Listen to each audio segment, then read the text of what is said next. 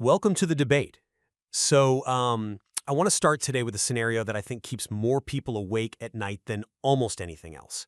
It is the single biggest financial decision most of us will ever make. It splits friendships, it causes arguments at dinner tables, and for better or worse, it defines how we see ourselves as successful adults. I'm talking about the roof over your head. The question, well, it looks simple on the surface, but the answer is getting more complicated by the day. Is buying a home actually the path to wealth and stability it has always been promised to be? Or, in this modern economy, is renting actually the smarter financial move? It is the question of the decade. And frankly, the answer isn't what our parents told us it was. It used to be a question of, when you buy. Now, for the first time in a long time, the question is legitimately if you should buy at all. That is a massive shift in the American psyche. And the stakes have never been higher. We have shifted from a world of historic low interest rates, sub 3%, to rates hovering near 7%. Housing prices have just skyrocketed since 2020. Affordability is at an all-time low. I'm here representing the traditional view, the American dream, the idea that buying is essential, that it's the only way to build real security and escape the rat race of rising rents. And I'm here to take the unpopular position. I'm here to challenge that conventional wisdom with hard math. I believe that for a significant portion of the population, home ownership has become a wealth trap. We need to look at the opportunity costs, the hidden numbers that real estate agents usually don't want to talk about, and why flexibility might just be the most undervalued asset in the 21st century. Welcome to the debate. All right, let's jump right into position statements. I want to lay out why I believe home ownership is still the gold standard. For me, it really comes down to one fundamental concept: forced savings. Let's face it, human beings are not naturally disciplined. We are emotional spenders. When you rent, that money is just gone, evaporated. When you own, you are forced to pay into an asset every single month. You are paying yourself rather than a landlord. Hmm.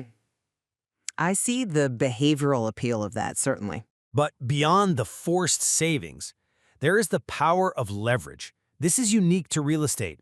If I put down 20% on a house, and that house goes up in value by 10%, I haven't just made 10%, I've made a 50% return on my specific cash investment because the bank's money did all the heavy lifting. Plus, there is the inflation hedge. My 30-year fixed mortgage payment stays the same for 3 decades. Your rent, that is going up every single year. Ownership offers emotional stability, community roots, and a fixed cost in a very volatile world. That is a compelling argument, and it represents the logic we have all been raised on. But I come at it from a different angle. I believe that in the modern economy, flexibility is an undervalued economic asset. We change jobs every 4 or 5 years now. Being locked into a 30-year mortgage can actually be a financial liability. But more importantly, I want to challenge the very definition of cost. How so? Well, people compare their mortgage payment to their rent payment. But rent is the maximum you will pay in a month. Your mortgage is the minimum. When the furnace breaks or the roof leaks or your property taxes go up, that is on you. I look at the total cost of ownership, taxes, insurance, maintenance, the cost of capital. In many markets today, renting is significantly cheaper on a monthly basis. And here is my core thesis. If a disciplined renter invests that difference, they can mathematically outperform the homeowner in wealth accumulation over 30 years. Okay, now that is a big claim. Mathematically outperform. I want to dig into that immediately because the most common phrase you hear in this discussion, at every barbecue and dinner party, is that renting is throwing money away. You write a check, it goes to the landlord, you get nothing back. How do you counter that idea that you are just burning cash while I'm building equity? I'm sorry, but I just don't buy that phrase. It's a marketing slogan, not a financial fact. When you pay rent, you are purchasing shelter.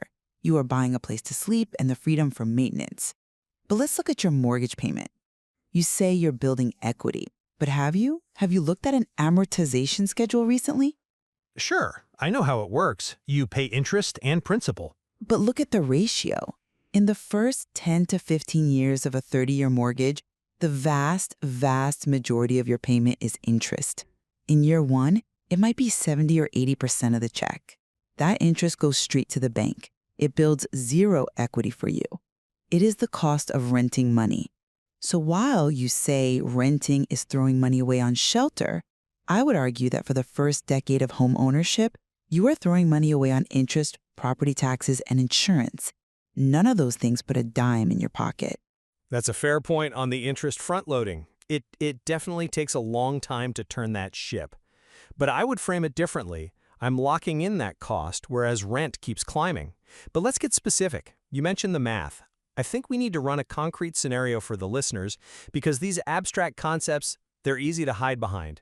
Take a middle-income city, say Austin or Denver. Walk me through the actual numbers. Let's do it. Let's take a standard, say a $350,000 home. You put 20% down, which is $70,000 cash right out of your pocket.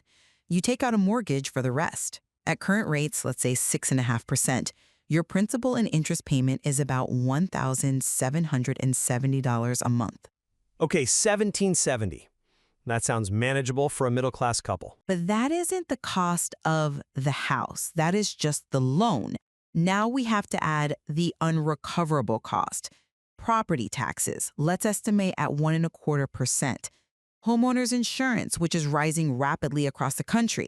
And maintenance. The rule of thumb is 1 to 2% of the home's value per year. Hold on, 1 to 2% for maintenance? That sounds high if the house is in good shape. It feels high until you need a new roof, which is $20,000, or a new HVAC system, or the water heater burst. Those are lumpy costs, but if you average them out over the life of ownership, it is absolutely 1 to 2%.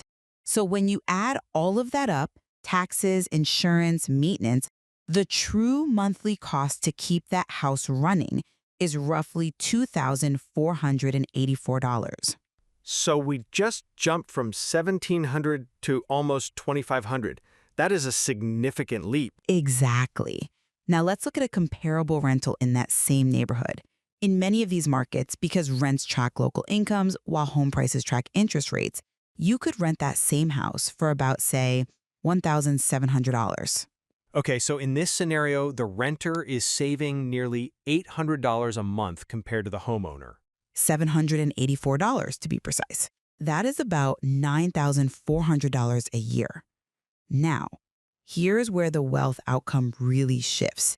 If the renter takes that $9,000 a year, plus the initial $70,000 down payment they didn't spend, and invests it Into the stock market? right into a low-cost S&P 500 index fund earning a historical average of, let's call it 8%, and does that for 30 years. And the homeowner just pays off the house in that time? The homeowner pays off the mortgage, and let's assume the house appreciates at 3% a year, to match historical inflation. At the end of 30 years, the homeowner has a paid-off house worth about $840,000. That's a great asset. It is. That's a retirement plan right there. It is. But the renter, because of the compound interest on that initial capital and the monthly contributions, the renter has a liquid investment portfolio worth $1.1 million. Whoa, hang on, $1.1 million? So the renter wins by almost $300,000? On paper, yes. The renter ends up with more wealth, and crucially, that wealth is liquid. They can click a button and spend it. The homeowner is house rich but cash poor. To access their money, they have to sell the house, pay fees, or borrow against it. I see why you think that supports the renting case, and the math is hard to argue with in a spreadsheet. But I have to push back on the human element here. You use the phrase disciplined renter. I mean, let's be real. That phrase is doing a lot of heavy lifting. It is the Achilles heel of my argument. I'll admit that. The reality is, most people don't take that $784 and put it into an index fund. They spend it. They buy a nicer car, they go on vacation, or it disappears into lifestyle creep, DoorDash and subscriptions. The reason I champion the mortgage is because of this discipline gap. The bank forces me to save. If I don't pay, they take my house. That fear is a great motivator. That is a perfectly valid point. The forced savings mechanism is the strongest behavioral argument for buying. If you know you lack discipline, the mortgage is a safety net. But we should be honest that it's a very expensive safety net. You are paying thousands in interest and fees just to force yourself to save. Today, you can automate transfers to an investment account the same day your paycheck hits. You can replicate the bill of a mortgage without the debt. You can, sure, but it requires willpower that most people just don't seem to have. But let's talk about safety in a different way. I mentioned leverage earlier as a positive, using the bank's money to grow my wealth. But you've hinted that leverage has a dark side. It absolutely does. We tend to have short memories. We talk about real estate like it's a risk-free asset, a tangible thing that always goes up. But leverage works in reverse too. You're thinking about the 2008 crash. I am. Let's say you buy that house with only 5% down because you want to get on the property ladder. If the market drops just 10%, which is a standard correction, you are now underwater. You owe more to the bank than the house is worth. And that's fine if you just stay in the house, right? You just ride it out. If you can stay, yes. But recessions often come with job losses. What if you lose your job and can't make the payments? Or what if you need to move for a new job? If you are underwater, you cannot sell the house without bringing a check to the closing table. You are trapped. In 2008, millions of people found out that leverage is a double-edged sword. That brings up the issue of liquidity. A renter who loses their job has options. Exactly. A renter in a recession might see their stock portfolio drop, but they aren't in debt for a depreciating asset. They can break a lease, move to a cheaper apartment, or move across the country for work. Their liability is limited. The homeowner's liability is massive. Which brings us to transaction costs. We talk about flexibility, but can you quantify what it actually costs to get out of a home? I think people seriously underestimate the friction. It is staggering. Real estate is highly illiquid. When you sell a home, you are typically paying agent commissions of 5 to 6%, plus closing costs, transfer taxes, staging, repairs. All in, you are looking at losing roughly 8 to 10% of your home's value just in the process of selling it. So if I buy a house and have to move 2 years later, You will almost certainly lose money. Even if the house went up in value a little bit, the transaction cost will eat that profit and then some. This introduces what we call the break-even horizon. Generally, you need to stay in a home for 5 to 7 years just to break even against the cost of buying and selling. that's a sobering timeline. 7 years is a long time in a modern career. People change jobs, they get married, they get divorced. Exactly. If you are in a career where you might move in 3 years, buying is financially dangerous. You are betting against the friction costs. But I want to pivot to something less mathematical and more emotional, lifestyle. As a homeowner, if my water heater breaks, I have to deal with it. But there is a certain pride in that, isn't there? Or at least the ability to customize my space. I can knock down a wall. I can paint the nursery whatever color I want. There is pride, absolutely. And for some people, that control is worth the premium. But there is also stress. I call it the maintenance freedom of renting. If the furnace breaks at 2 a.m. in January, that is a financial emergency for a homeowner. For a renter, it is a phone call. It is the landlord's financial problem, not yours. That mental bandwidth, knowing your housing costs are capped, has immense value. It does. But let's look at the cultural aspect. Why is it that in the US, if you're renting at age 40, people look at you like you've failed, like you haven't made it? But in Europe, it's completely normal. This is one of my favorite parts of the debate. The stigma is entirely cultural and structural. It's not a law of nature. In places like Germany, the Netherlands, or Switzerland, the systems are just different. How so? In Germany, renting is seen as a permanent lifestyle, not a waiting room for ownership. They have strong tenant protections, leases are indefinite, a landlord can't just kick you out to sell the place. You can paint the walls, you can install your own kitchen, you can stay for 20 years. Because the experience is stable, you don't need to own the deed to feel at home. So the American dream link between ownership and success is? It's marketing and it's policy. The U.S. government has spent decades incentivizing home ownership through tax breaks and subsidies. We view renting as precarious because in the U.S. it is precarious. We buy because we fear the landlord raising the rent or kicking us out. It's a defensive move as much as a financial one. That's fascinating. It suggests that our anxiety about renting is partly because our rental system doesn't offer security of tenure. If we fix that, maybe the desperate urge to buy would fade. Yet, they are one of the wealthiest populations on Earth. They prove you don't need to own a home to build wealth or have a high standard of living. Okay, we've covered the philosophy, the risks, and the culture. But I want to give our listeners something practical. You can't just say, it depends, and leave them hanging. Are there indicators? How does someone know if they should buy or rent right now in their specific town? There is a very specific metric I like to use called the price-to-rent ratio. It cuts through all the emotional noise. Break that down for us. You take the median home price in your area and you divide it by the annual cost of renting a comparable home. So price divided by annual rent. Simple enough. What are the benchmarks? Equity quickly because the unrecoverable costs are low. And on the other side? If the ratio is over 20, renting is usually the smarter financial move. This is your San Francisco, New York, Zurich, Sydney, Vancouver. In these places, the premium you pay to own is so high that you are almost always better off renting and investing the difference. So if I'm in a city where a house costs $1 million, but rents for $3,000 a month. Do the math. $3,000 a month is $36,000 a year. $1 million divided by $36,000 is a ratio of almost 28. That is a screaming rent signal. You would be destroying wealth by buying that house compared to renting it and investing. In the gray area, between 15 and 20? That's where the personal factors come in. How long will you stay? Do you need forced savings? What are interest rates doing? Right now, with rates higher, that gray area pushes more people toward renting. And we have to mention remote work here too, right? Because that changes the denominator completely. Completely. This is what I call geographic arbitrage. If you can earn a New York salary but live in a market with a price-to-rent ratio of 12, buying becomes a no-brainer. You get the high income of the renting city with the low asset cost of the buying city. That is a wealth hack that didn't exist for most people 10 years ago. That is a massive shift. It really decouples income from cost of living. So we are coming to the end here, and I think we need to synthesize this.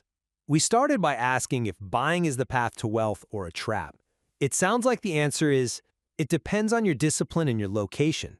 It depends on your discipline, your timeline, and the specific ratio of your city. So let's try to summarize the verdict for the listeners. For buying, I'm hearing that it is still the best choice for people who plan to put down roots for 7+ years. Correct. You need that time to amortize the transaction costs. And it is best for people who need that forced savings mechanism because they know they'll spend the extra cash otherwise. Yes, if you are a spender, a mortgage is a great way to force you to build a net worth. And obviously, for those who value the control of their environment, the ability to renovate, and the guarantee that no landlord can sell the building out from under them. Absolutely. The sleep at night factor has value. And the verdict for renting? Renting is the superior choice for anyone in a high-cost city with a high price-to-rent ratio. It is the best choice for anyone early in their career who needs mobility to chase opportunities. You don't want to turn down a dream job because you can't sell your condo. And the financial verdict? Renting is the best financial path for the disciplined investor who can capitalize on the stock market's historical outperformance of real estate. Right, the stock market averaging 8 to 10% versus real estate averaging 3 to 4%. Exactly. Real estate is a great preserver of wealth, but the market is often a better generator of wealth if you don't touch the principal. I think my biggest takeaway from this conversation is that we need to stop shaming renters. Absolutely.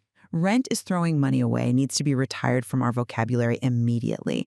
It is a transaction for shelter and flexibility. It's a valid lifestyle and financial choice. And on the flip side, buying isn't a guaranteed golden ticket. It's a highly leveraged investment with high carrying costs that requires a long time horizon to pay off. That's it. If you buy, do it because you want a home, not just because you think it's a magical investment that only goes up. And if you rent, do it strategically and invest the savings. This has been an eye-opener. I think a lot of people are going to look at their Zillow apps and their brokerage accounts a little differently after this. It's uncomfortable to challenge the American dream, but the numbers don't lie. I hope so. The goal isn't to win the debate or prove one side right. It's to make the right choice for your own life. Run your own numbers. Don't let culture decide for you. That's the bottom line. Run the numbers. Thank you so much for joining us on The Debate.